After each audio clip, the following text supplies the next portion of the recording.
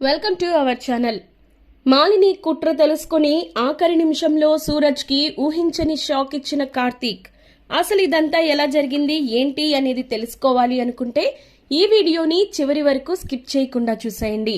అలాగే మా నుంచి మీకు ఎప్పటికప్పుడు అప్కమింగ్ ఎపిసోడ్స్ కావాలి అనుకుంటే ఖచ్చితంగా మా ఛానల్ను సబ్స్క్రైబ్ చేసుకోండి. అంతేకాకుండా పక్కనే ఉన్న బెల్ ఐకాన్ని ట్యాప్ చేయండి. ఇంకా ఈ వీడియోని మీ ఫ్రెండ్స్ అండ్ ఫ్యామిలీస్కి షేర్ చేసినా కూడా మీకు ఎప్పటికప్పుడు అప్డేట్స్ వస్తాయి. అలాగే లైక్ చేయడం మర్చిపోవద్దు. ఇక వీడియోలోకి వెళితే గనక సుమిత్ర మా మావయ్య గారు ఈ పోటీలో ఖచ్చితంగా పాల్గొనాలి అని చెప్పి ఇంటి కుటుంబ సభ్యులందరి ముందు గట్టిగా చెప్పడంతో ఇంకా అందరూ సరే అని అంటే కన్విన్స్ అవుతారు. శివనారాయణ కూడా కన్విన్స్ అవుతాడు. అవును, ఆ దక్షిణామూర్తి ఇంత దారుణంగా మాట్లాడాడు, వీడే ఇంత దారుణంగా మాట్లాడాడంటే మళ్ళీ సమాజంలో ఇంకెంతలాగా నెగిటివిటీ స్ప్రెడ్ చేస్తాడో ఏంటో, అలా కాకుండా మన గురించి మనకి నమ్మకం ఉంది కాబట్టి మనం ప్రూవ్ చేసుకోవాలి అని చెప్పేసి మెంటల్గా ఫిక్స్ అయ్యి ఇంకా అందరినీ ప్రిపేర్ చేపిస్తాడు. ఇక సీఈఓగా దీపని, అలాగే కార్తీక్ని, జ్యోత్స్న, సూరజ్ వీళ్ళందరినీ కూడా ఇంకా ప్రిపేర్ చేపిస్తాడు. ఎలా అయినా సరే మన జ్యోత్స్న రెస్టారెంటే నెంబర్ 1గా ఉండాలి, ఇంకా రెస్టారెంట్ మాత్రమే కాదు నెంబర్ 1 వంటకం కూడా మనదే అయి ఉండాలి అని అంటే ఇంకా దీప ఇంకా నేనే ప్రిపేర్ చేస్తాను, నేనే షెఫ్గా వెళ్తాను అని చెప్పేసి అంటది. ఖచ్చితంగా చాలా మంచి ఐడియా అని చెప్పేసి ఇక కార్తిక్ కూడా ఒప్పుకుంటాడు. ఇక ఆ విధంగా పోటీ అయితే స్టార్ట్ అవుతుంది. స్టార్ట్ అయిన తర్వాత ఇంకా అందరూ కూడా అరేంజ్ అవుతారు, వంటలు చేస్తూ ఉంటారు. ఇక ఓ పక్క నుంచి సూరజ్ని పక్కకి రమ్మంటది మాలిని. పక్కకి రమ్మంటే వస్తాడు. ఏంటి మమ్మీ ఇలా అందరి ముందు నువ్వు నన్ను పిలిస్తే ప్రాబ్లం అవుతుంది కదా అని చెప్పంటే, నేను నిన్ను సైగ చేయడం ఎవరు చూడలేదులే సూరజ్, నేను చెప్పింది ఏం చేశావు అనగానే, ఇంకే ఉంది మమ్మీ, పోటీ దాకా వచ్చారు కదా, ఇక చూడు వాళ్ళ కంపెనీని ఎట్లా అయినా సరే నేను ఇచ్చేయనివ్వను, వాళ్ళ రెస్టారెంట్ నెగిటివిటీ క్రియేట్ అయ్యేలాగా చేస్తాను, ఖచ్చితంగా ఈ విషయంలో నేను ఎటువంటి విధంగా డ్రాప్ అయ్యే పరిస్థితే లేదు అని చెప్పి సూరజ్ అంటాడు మాలినితో. అంతేకాదు మమ్మీ, నేను నీ కొడుకునని, దక్షిణామూర్తి మనవడనని అసలు ఆ ఇంట్లో ఎవరికీ తెలీదు, అంతలా మేనేజ్ చేశాను. అంతేకాదు ఈ పోటీలో రెస్టారెంట్ పరువు తీయడమే కాదు వాళ్ళని అవమానపడేలాగా కూడా చేస్తాను అని అంటాడు సూరజ్. నా జీవితం, మన జీవితం ఇలా అయిపోవడానికి కారణమైన వాళ్ళని నేను అంత ఈజీగా ఎలా వదిలేస్తాననుకుంటున్నావు? ఇప్పటి వరకు వాళ్ళ దగ్గర నేను మంచి గుడ్ విల్లే సంపాదించాను. నా విషయంలో వాళ్ళకి ఏ విషయం కూడా తెలీదు, నేను నీ కొడుకునని అస్సలు తెలీదు, అంతలా మేనేజ్ చేశాను. వాళ్ళు చేసే వంటలన్నీ కూడా చెడగొట్టేస్తాను, ఖచ్చితంగా బ్యాడ్ నేమ్ వచ్చేలా చేస్తాను, మన రెస్టారెంటే విన్ అయ్యేలా చేస్తాను మమ్మీ అంటాడు సూరజ్. కాదు మమ్మీ, నువ్వు అనుకున్నట్టు, నువ్వు కోరుకున్నట్టే ఆ జ్యోత్స్న మెడలో తాళి కట్టి మన ఇంటికి తీసుకువచ్చి దాన్ని చిత్రహింసలు పడుతుంటే ఆ శివనారాయణ మన ఇంటి గుమ్మంలోకి వచ్చి తన మనవరాల్ని టార్చర్ చేయొద్దు బాబు అని వేడుకునేలా చేస్తాను. నా తండ్రి ఆ పరిస్థితికి దిగజారిపోవడానికి కారణమైన వాళ్ళని నేను ఎలా వదిలేస్తాను చెప్పు అని చెప్పి అంటాడు సూరజ్. ఇక ఇవన్నీ వింటుంటే ఇంక ఒక్కసారిగా ఇవన్నీ విని కార్తిక్ షాక్ అయిపోతాడు. నా మనసులో ఎక్కడో ఒక చిన్న మూలన ఒక చిన్న అనుమానం ఉండేది, ఈ రోజుతో అది క్లియర్ అయింది. అంటే ఈ మాలినీదేవి కొడుకే సూరజ్ అనమాట, దక్షిణామూర్తి మనవడు అనమాట. మా ఇంటిని ఇంకా మా రెస్టారెంట్స్ అన్నిటినీ నాశనం చేయడానికి వచ్చాడా? జ్యోత్స్నని పెళ్లి చేసుకుంటాడా? నో, అది జరగడానికి వీల్లేదు. అసలు ఈ విషయంలో ఈ మనిషి మాట వినడమే తప్పు అని చెప్పి ఇంకా కార్తిక్ తనలో తానే అనుకుంటా ఉంటాడు. ఇక ఆ తర్వాత కానీ అప్పుడేం మాట్లాడకుండా సైలెంట్గా ఉంటాడు. ఎలా అయినా మా రెస్టారెంట్ విషయంలో జాగ్రత్తగా ఉండాలి అని వెళ్ళిపోతాడు. ఇక సూరజ్ కూడా మాలిని నుంచి, సరే మమ్మీ, నేను ఎక్కువసేపు నీతో మాట్లాడడం ఎవరైనా చూస్తే ప్రాబ్లం అవుతుంది, నేను మీతో తర్వాత కాంటాక్ట్ చేస్తాను అని చెప్పేసి వెళ్ళిపోతాడు. ఇక వెళ్ళిపోయిన తర్వాత దీపేమో ప్రిపేర్ చేస్తూ ఉంటుంది అన్ని వంటలు, ఎక్కడికక్కడ చెడగొట్టాలని ప్రయత్నిస్తూ ఉంటాడు. కానీ ఫైనల్ రౌండ్స్కి వచ్చేటప్పటికి అన్ని దీప వంటలే గెలుస్తూ ఉంటాయి.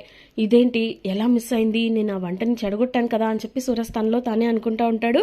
ఇక మరో పక్క కార్తీక్ ఏమో, నీ ఆటలు నీ పప్పులు నా దగ్గర ఉడకవు బ్రదర్, నేను నిన్ను చాలా తక్కువ అంచనా వేశాను అనే విషయం నాకు ఇప్పుడే అర్థమవుతుంది, నిన్ను ఇంకా తక్కువ అంచనా వేయకూడదు అని చెప్పి కార్తిక్ మనసులో అనుకుంటూ, నువ్వు ఎన్ని ప్రయత్నాలు చేస్తావో చెయ్యి, కానీ అవన్నీ కూడా బోల్తా పడేలా చేస్తాను. నిజాయితీతో గెలవాలి అనుకునే వాళ్ళని న్యాయం లేకుండా బిహేవ్ చేస్తావా? నేను అలా ఎలా ఒప్పుకుంటాను అని కార్తిక్ మనసులో నవ్వుకుంటూ అనుకుంటాడు. మరోపక్క సూరజ్ ఏమో మళ్ళీ చాలా రౌండ్స్లో అలాగే కార్తిక్ ఇంకా దీప చేసిన వంటలన్నీ చెడగొట్టే ప్రయత్నం చేస్తూ ఉంటాడు. ఇక ఫైనల్ రౌండ్కి చేరుకుంటారు. ఫైనల్ రౌండ్కి చేరుకున్న తర్వాత ఇంకా దీప అలాగే మాలినీదేవి షెఫ్లు ఉంటారు కదా, వాళ్ళందరూ వంట చేస్తూ ఉంటారు. ఇది ఎలా అయినా సరే చెడిపోవాలి, ఈ విషయంలో నేను మమ్మీకి ఇచ్చిన మాటని నెగ్గించుకోవాలి అని సూరజ్ గట్టిగా ప్రయత్నం చేస్తూ ఉంటాడు. మరోపక్క మాలిని ఏమో ఇదేంటి వీడేం చెప్పాడు, ఏం చేస్తున్నాడు, అన్ని జ్యోత్స్న రెస్టారెంట్ వంటకాలే బాగున్నాయని పేరు వచ్చేస్తుంది. ఇదే లాస్ట్ రౌండ్, ఈ రౌండ్లో ఎలా అయినా సరే నా షెఫే గెలవాలి అని చెప్పేసి ఇంకా తన దగ్గరికి వెళ్ళి అన్నీ చెప్తా ఉంటుంది మాలిని. ష్యూర్ మేడం, నేను చూసుకుంటాను, మీకేం పర్వాలేదు అని చెప్పి అది అంటే లేదు, వాళ్ళు చాలా బాగా చేస్తున్నారు, చూసుకో మరి అని చెప్పేసి వెళ్ళిపోద్ది. మరో పక్క ఇంకా దీపేమో ఈ వంటకం చాలా బాగా రావాలి, ఎట్లా అయినా సరే మంచిగా రావాలి, మన రెస్టారెంటే విన్ అవ్వాలి అని కార్తిక్తో మాట్లాడుతూ ఉంటుంది. నువ్వేమీ భయపడకు దీప, నువ్వు ఎలా చెయ్యాలి అనుకుంటున్నావో అదే విధంగా ప్రొసీడ్ అవ్వు. మనం నిజాయితీతో న్యాయంతో ఉన్నాం, మనల్ని ఎవ్వరూ కూడా చెడగొట్టలేరు అని చెప్పి అంటాడు కార్తిక్ అయితే. ఇక ఆ విధంగా సూరజ్ మళ్ళీ ప్రయత్నాలు చేసినా కూడా ఇంకా గెలవడు. అలాగే దీప వంట నచ్చి అందరూ కూడా తనను మెచ్చుకుంటూ జ్యోత్స్న రెస్టారెంట్కి సంబంధించిన షెఫే ఈరోజు విన్నర్ అని చెప్పి అనౌన్స్ చేయడంతో ఇంకా మాలినీదేవి, దక్షిణమూర్తి, సూరజ్ షాక్ అయిపోతారు. ఇక శివనారాయణ అండ్ ఫ్యామిలీ అందరూ హ్యాపీగా ఫీల్ అవుతూ ఉంటారు. ఇక మొత్తం అందరూ కూడా జ్యోత్స్న రెస్టారెంట్ అని చెప్పి గట్టిగా నినాదాలు చేస్తూ ఉంటే మాలినీదేవి ఏమో పరువు పోయినట్లుగా చాలా షాక్ అయిపోయి ఇరిటేట్ అయిపోతూ ఉంటుంది, కోపం తెచ్చుకొని. దక్షిణామూర్తి కూడా బాధపడతాడు. సూరజ్ ఏమో అసలు ఏం జరిగి ఉంటుంది, అసలు నేను ఎంత ప్రయత్నం చేసినా ఎందుకు వెనక్కి తగ్గాయి అని చెప్పేసి తనలో తానే అనుకుంటా ఉంటాడు. ఏంటి బ్రదర్, మా రెస్టారెంట్ విన్ అయిందని బాధలో ఉన్నట్టున్నావు అనగానే, అయ్యయ్యో అదేంటి బ్రదర్ అలా అంటున్నారు, మన జ్యోత్స్న రెస్టారెంట్ విన్ అవుతుందని నాకు ఎప్పుడో తెలుసు అని ఇంకా కవర్ చేస్తూ ఉంటాడు.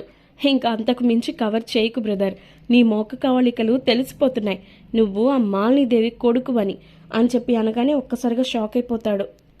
నిన్ను నేను నా సొంత తమ్ముడు అనుకున్నాను, నిజంగా నువ్వు మా కుటుంబానికి ఎంతో హెల్ప్ చేస్తున్నావు అనుకున్నాను, కానీ ఇంత దారుణంగా మమ్మల్ని మోసం చేస్తున్నావని అనుకోలేదు. మరి నువ్వు మమ్మల్ని మోసం చేస్తున్నావన్న విషయం తెలిసిన తర్వాత కూడా నిన్ను అంత ఈజీగా ఎలా వదిలేస్తాను? చూడు, నువ్వు ఆ మాలిని కొడుకుగా ఈ ఇంటికొచ్చి అన్నీ నాశనం చేస్తాను, శివనారాయణ గారు పరువుని తీసేస్తాను అంటే మాత్రం చూస్తూ ఊరుకోను. ఖచ్చితంగా నీకు అంతకంతా బుద్ధి చెప్తాను. చూడు, ఈరోజు నువ్వు చేసిన ఈ పని నీకు నాకు మధ్యలో ఉంటుందని అస్సలు అనుకోవద్దు. ఇక మీదట నువ్వు ఆ ఇంట్లోనే కాదు, ఆ కంపెనీలో కూడా ఉండడానికి వీల్లేదు. నువ్వు ఎక్కడి నుంచి వచ్చావో అక్కడికే వెళ్ళిపో. నువ్వు మాలినీదేవి దగ్గరికి ఏం చెప్పి మరి ఈ ఇంటికి వచ్చావో నాకు తెలీదు, కానీ ఒక్క విషయం, నువ్వు ఈ ఇంటి జీవితంలోకి మాత్రం తొంగి చూడ్డానికి కూడా వీల్లేదు. నువ్వు ఎంతసేపు మీ నాన్నకు జరిగిందే అనుకుంటున్నావు, కానీ మీ నాన్న వల్ల, మీ కుటుంబం వల్ల మా కుటుంబానికి ఏం జరిగిందనేది నీకు తెలీదు.